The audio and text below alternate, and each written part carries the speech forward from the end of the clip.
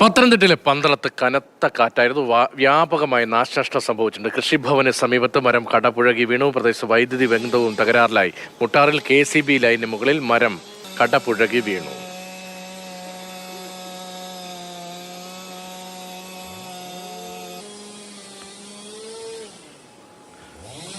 ഇന്ന് വൈകിട്ടുണ്ടായ അതിശക്തമായ കാറ്റിലും മഴയിലും മരങ്ങൾ കടപുഴകി വീണ് KCB ലൈനുകൾക്കും പോസ്റ്റുകൾക്കും കേടുപാട് സംഭവിച്ചിരിക്കുകയാണ്. 3ഓളം പോസ്റ്റുകൾ ഇപ്പോൾ ഒടിഞ്ഞ് നിലത്ത് വീണിട്ടുണ്ട്. അതിഭയങ്കരമായ കാറ്റായിരുന്നു അടിച്ചിരുന്നത്. വീടുകൾക്ക് കേടുപാടുകളൊന്നും തന്നെ സംഭവിച്ചിട്ടില്ല. റോഡിൽ പാർക്ക് ചെയ്തിരുന്ന ഒരു ഓട്ടോറിക്ഷയ്ക്കും കേടുപാടുകൾ സംഭവിച്ചിട്ടുണ്ട്. ഫയർ ആൻഡ് റെസ്ക്യൂവിന്റെ ഉദ്യോഗസ്ഥന്മാർ പെട്ടെന്ന് തന്നെ സ്ഥലത്തെത്തി മുറിച്ച് മാറ്റുന്ന നടപടി സ്വീകരിച്ചിട്ടുണ്ട്. CK അഭിലാൽ വിവരങ്ങളുമായുണ്ട്. അഭിലാൽ, അതിശക്തമായ കാറ്റാണ്. അവിടെ ഈ മഴയുണ്ടായിരുന്നു. കഴിഞ്ഞ മഴക്കാലത്ത് കേരളത്തിലെ പലയിടത്തും അതിശക്തമായ കാറ്റും ഇതുപോലെ വ്യാപകമായി മരങ്ങൾ ഒടിഞ്ഞു വീഴുന്ന പ്രതിഭാസവും ഒക്കെ നമ്മൾ കണ്ടതാണ്. ഇവിടെ ഇങ്ങനെ പതിവുണ്ടോ? എപ്പോഴായിരുന്നു ഈ സംഭവം?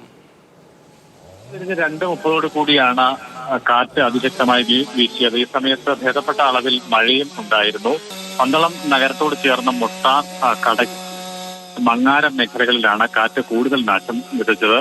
പന്തളം മാവേലിക്കൽ റോഡിൽ മുട്ടാറിൽ മരം കടപുഴകി വീണ് വൈദ്യുതി ബന്ധം തകരാറിലാവുകയും ഏറെക്കുറെ അരമണിക്കൂർ സമയം ഗതാഗതം തടസ്സപ്പെടുകയും ചെയ്തിരുന്നു. മങ്ങാരത്ത് മരത്തിന്റെ ശിഖരങ്ങൾ ഒടിഞ്ഞ് ഇലക്ട്രിക് പോസ്റ്റിന് മുകളിലേക്ക് വീഴുകയാണ് ഉണ്ടായത്. ഇലക്ട്രിക് പോസ്റ്റ് ഒടിയുകയും താഴെ പാർക്ക് ചെയ്തിരിക്കുന്ന ഓട്ടോറിക്ഷയുടെ മുകളിലേക്ക് വൈദ്യുതി കമ്പി വധിക്കുകയും ചെയ്തു. ഭാഗ്യവശാൽ മറ്റ് അപകടങ്ങളൊന്നും തന്നെ ഉണ്ടായിട്ടില്ല. പന്തളം കടക്കാട് ഫാമിന് സമീപവും മരം കടപുഴകി വീണിട്ടുണ്ട്.